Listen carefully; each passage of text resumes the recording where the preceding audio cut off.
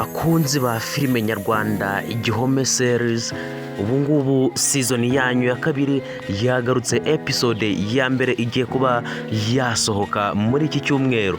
Mbahaye ikaze rero bakunzi ba filime Igihome series, abantu mushaka kumenya amaherezo ya Miki na Niki, abantu mushaka kumenya amaherezo ya Roger na Nyirabakire, mbararikiye kuba mwareba season ya kabiri episode ya mbere. Ibi bintu byose muri buze kuba mwabisobanukirwa. Abantu mushaka kumenya ngo ese Roger azahura n'umugore we wo mu cyaro bigenze bite, ibi byose muraza kuba mwabisobanukirwa muri season ya kabiri muri filime yacu Igihome series. Ndabizi ko muyikunda muri benshi, ndetse mwayikunze muri benshi, mwanayitegereje muri benshi, ariko ubu ngubu igiye kuba yasohoka.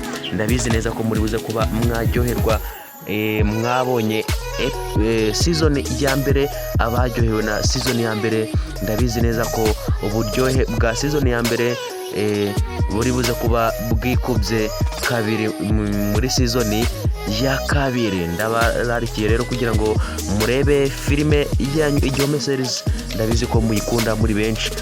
Nkomeza kwibutsa gukanda subscribe hano kuri urubuga rw'abakunzi Igihome series, rw'abakunzi ba filime Igihome series. Uru ni urubuga rw'abakunzi b'iyi filime rwitwa Jimmy Media Official.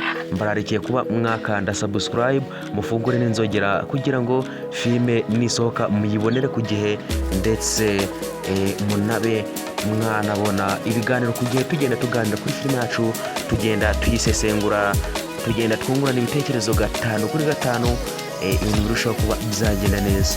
Mbararikiye rero kuba mwakomeza kureba filime yacu. Ndabizi neza ko muzaba mwaryoherwa abakunzi bayo, ndabizi kandi ko abakunzi bayo ari benshi.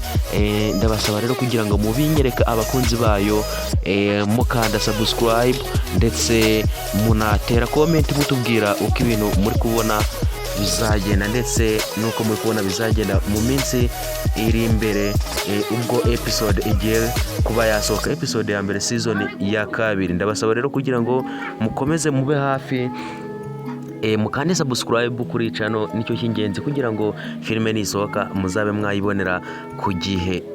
Mbahaye ikaze rero kugira ngo mukomeze mubane natwe hano kuri urubuga rw'abakunzi b'iyi filime, maze dukomeze kugenda turyoherwa gatanu kuri gatanu. Ababa barakunze rero filime nyarwanda, iyi niyo filime noneho mugiye kuba mwareba, dore ko mwaryohewe season ya mbere. Season ya kabiri noneho yo igiye kuba irushijeho, ndetse nta rungu muzongera kuba mwagira, muzakomeza muyirebe, ndetse ndabizi neza ko muzayikunda. Reka rero mbasabe kugira ngo mukomeze mubane natwe, mukanda subscribe, mufungura n'inzogera kugira ngo ibintu birusheho kuba byagenda neza, ku buryo muzabonera filime yanyu ku gihe mukunda muri benshi. Mukande like, munadusangize ibitekerezo byanyu, mutera comment, mutubwira uko ibintu mwabibonye muri season ya mbere. Murabizi ko muri kwibuka neza ukuntu yarangiye, ariko ibintu byarangiye mutasobanukiwe neza. Ndabizi ko mugiye kuba mwabisobanukirwa muri iyi season ya kabiri. Rero ndabararikiye kugira ngo mube hafi, kugira ngo mube mwayikurikirana, mukomeza gukanda subscribe hano kuri iyi channel. Ndabashimiye mwe twakomeje kubana muri iki kiganiro. Nkomeza kubibutsa gukomeza kubana natwe.